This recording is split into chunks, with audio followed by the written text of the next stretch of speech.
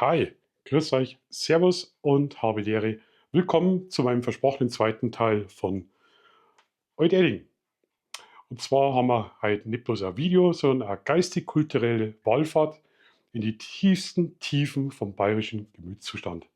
Es geht nämlich, wie im ersten Teil, um Edding. Genau, das war der Ort mit der schwarzen Madonna, dem Weihrauchsmog und dem katholischen Hochleistungstourismus.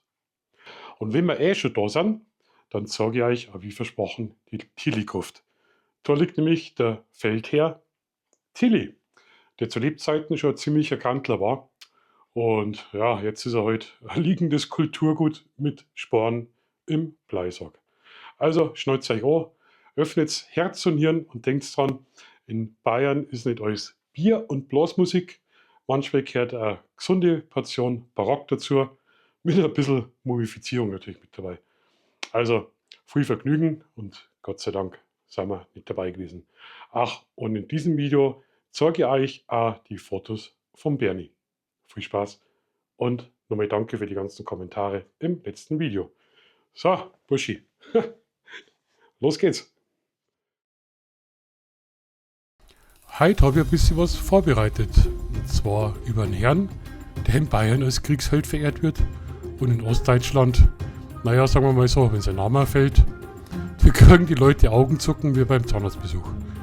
Und zwar geht es um einen Johann Terklaes von Tilly, oder wie man in Bayern gerne sagt, der Tilly, unser Bulldog vom 30-jährigen Krieg.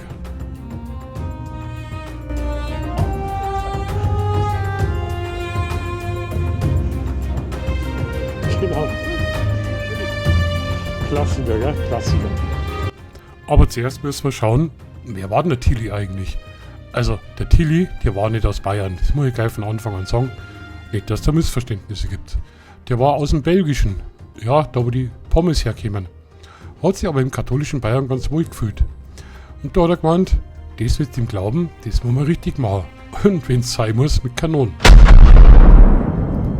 Er war Oberbefehlshaber von der katholischen Liga im 30-jährigen Krieg. Und sein Job war ganz einfach, mach Protestanten platt, aber mit Stil. Und mit 10.000 Mann, Musketen, Pikenträger und brennende Dörfer, so wie es halt früher normal und üblich war. Aber was hat er in Ostdeutschland angestellt, dass der da drüben so gehasst wird? Also passt auf, der Tilly ist in Sachsen so beliebt wie eine Steuerprüfung vom Finanzamt. Und warum? Weil er 1631 bei der Plünderung von Magdeburg ein kleines Missverständnis hat es gegeben. Der wollte eigentlich nur so ein bisschen belagern, keine Belagerung war, ein bisschen trommeln, ein bisschen schießen, ein bisschen Kanonen rumhupfen lassen. Aber seine Truppen haben dann die ganze Stadt, sagen wir feindlich, komplett entkernt, mitsamt Inventar und Bevölkerung. Also wirklich, das war nicht ein bisschen Brandschatzen, das war Totalverlust mit katholischem Segen. Das Ganze habe ich dann später Magdeburgisierung genannt, weil der Tilly quasi die ganze Stadt zur pädagogischen Warnung in Rauch aufgehen lässt. Da ist nichts übrig geblieben außer Asche, Verwüstung und wahrscheinlich ein paar richtig verstärkte Hähner. Vielleicht sollte ich mir ein Hobby zulegen. Ja, und warum ist der Tilly jetzt in Bayern so beliebt? Naja, ganz einfach, weil er für die richtige Seite gekämpft hat. Also aus der bayerischen Sicht. Er war der Schwertbaum vom katholischen Kurfürsten, Maximilian I. von Bayern. Und in Bayern gilt, wer für den Glauben kämpft und dabei die Preußen ärgert, der kriegt wieder ein Denkmal. Und das hat er gekriegt, in Edding, mitten auf dem Kapellplatz, wo man sonst nur Wurstsemi und Rosenkranz kriegt. Da steht der Tilly, schaut stramm und denkt sich wahrscheinlich, ja mei, ich hab's zu übertrieben, aber Hauptsache der Altar war gescheit katholisch.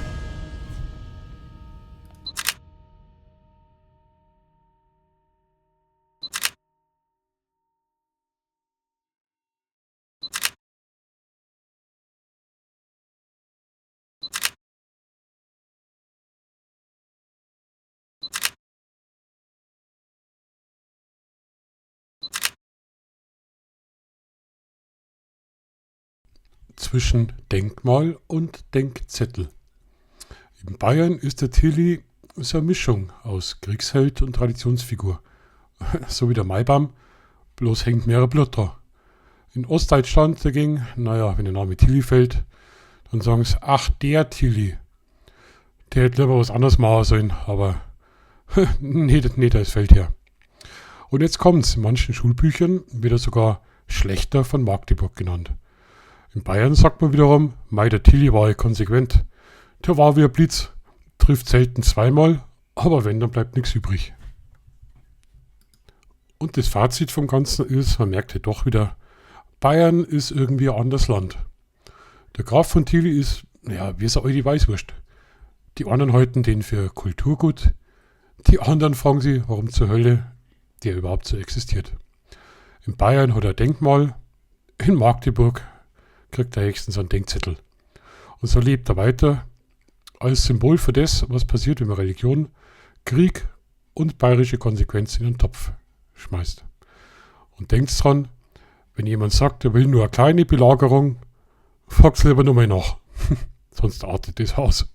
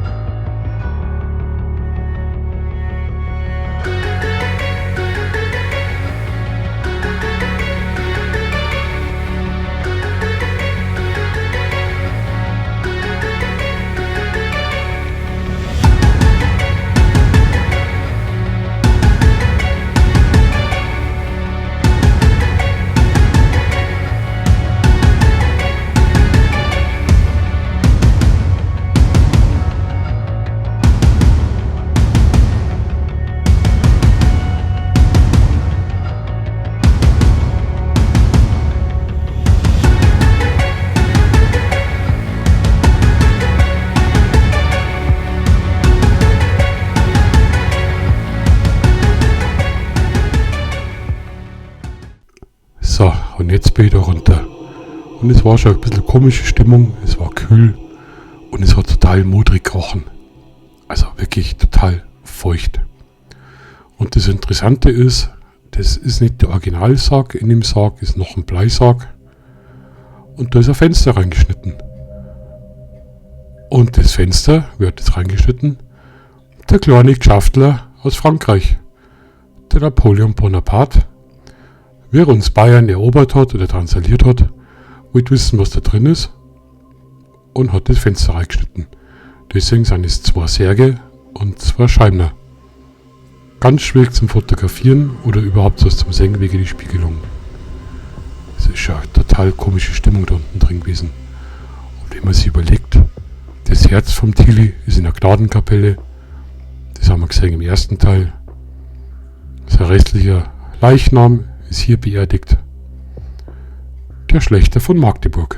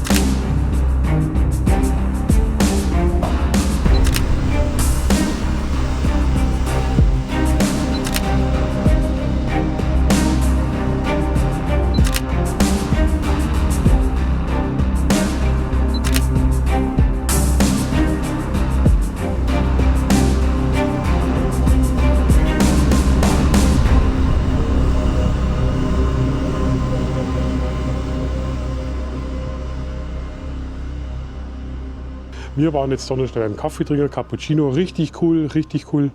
Haben jetzt Fachgespräche geführt, der Jonas. Oh Gott, fix. Jetzt muss man die Wampen auch noch sagen. Der Richtige. Das ist kein Wampen, das ist bei uns ein Kompressor. Genau. Ein Hammer braucht einen guten Kompressor. War total cool, aber wenn es wieder nicht mitgespielt hat, hier haben Berdi wieder gesehen und wir sind draufgekommen, wir sind auf die gleiche Schule gegangen und haben sogar die gleichen Lehrer gehabt. Aber der Berni ist älter wie ich und ist praktisch vor mir auf die Schule gegangen. Deswegen weiß ich jetzt, warum die Lehrer so fertig waren. Warum das die bei solchen Schülern. Ganz genau. Also, ich hoffe, euch hat es gefallen. Ciao, ciao. Und falls, Warte, nein, sag das nicht. Und falls jemand den Unterschied zwischen Alt- und Neueding nicht kennt, der Markus möchte das Video, das ich da mal gemacht habe, diesbezüglich gern in seinem jetzigen Video verlinken. Herzlichen Dank und eine gute Zeit. Für euch. Servus. Das war ich, weil das ist wirklich cool. So, also ich zeige ihn auch noch.